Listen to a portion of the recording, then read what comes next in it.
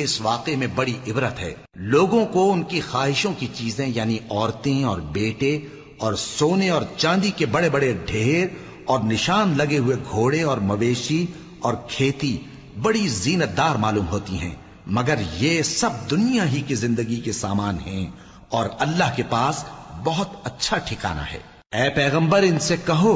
کہ بھلا میں تم کو ایسی چیز بتاؤں جو ان چیزوں سے کہیں اچھی ہو؟ سنو،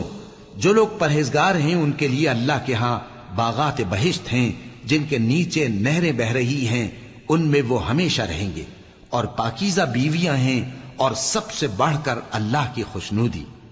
اور اللہ اپنے سب بندوں کو دیکھ رہا ہے جو اللہ سے التجا کرتے ہیں کہ اے پروردگار، ہم ایمان لے آئے سو ہم کو ہمارے گناہ معاف فرما اور ہم کو دوزخ کے عذاب سے محفوظ رکھ۔ یہ وہ لوگ ہیں جو مشکلات میں صبر کرتے اور سچ بولتے اور عبادت میں لگے رہتے اور نیکی میں خرچ کرتے اور اوقات سحر میں گناہوں کی معافی مانگا کرتے ہیں۔ اللہ تو اس بات کی گواہی دیتا ہے کہ اس کے سوا کوئی معبود نہیں،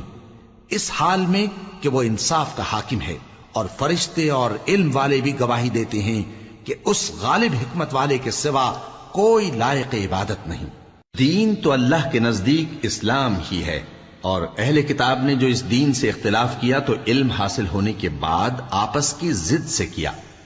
اور جو شخص اللہ کی آیتوں کو نہ مانے تو اللہ جلد حساب لینے والا ہے۔ اے پیغمبر،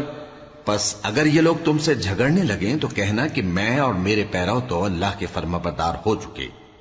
اور اہل کتاب اور ان پڑھ لوگوں سے کہو کہ کیا تم بھی اللہ کے فرمانبردار بنتے اور اسلام لاتے ہو؟ پس اگر یہ لوگ اسلام لے آئیں تو بے شک ہدایت پالیں، اور اگر تمہارا کہا نہ مانے تو تمہارا کام صرف اللہ کا پیغام پہنچا دینا ہے، اور اللہ اپنے بندوں کو دیکھ رہا ہے۔ جو لوگ اللہ کی آیتوں کو نہیں مانتے اور انبیاء کو ناحق قتل کرتے رہے ہیں اور جو انصاف کرنے کا حکم دیتے ہیں انہیں بھی مار ڈالتے ہیں، ان کو دکھ دینے والے عذاب کی خوشخبری سنا دو۔ یہ ایسے لوگ ہیں جن کے اعمال دنیا اور آخرت دونوں میں برباد ہیں، اور ان کا کوئی مددگار نہیں ہوگا۔ بھلا تم نے ان لوگوں کو نہیں دیکھا جن کو کتاب یعنی تورات سے حصہ دیا گیا، اور وہ اس کتاب اللہ یعنی قرآن کی طرف بلائے جاتے ہیں تاکہ یہ ان کے تنازعات کا ان میں فیصلہ کر دے، تو ایک فریق ان میں سے پھر جاتا ہے اور منہ پھیر لیتا ہے، یہ اس لیے کہ یہ اس بات کے قائل ہیں کہ دوزخ کی آگ ہمیں چند روز کے سوا چھو ہی نہیں سکے گی، اور جو کچھ یہ دین کے بارے میں بہتان باندھتے رہے ہیں اس نے ان کو دھوکے میں ڈال رکھا ہے۔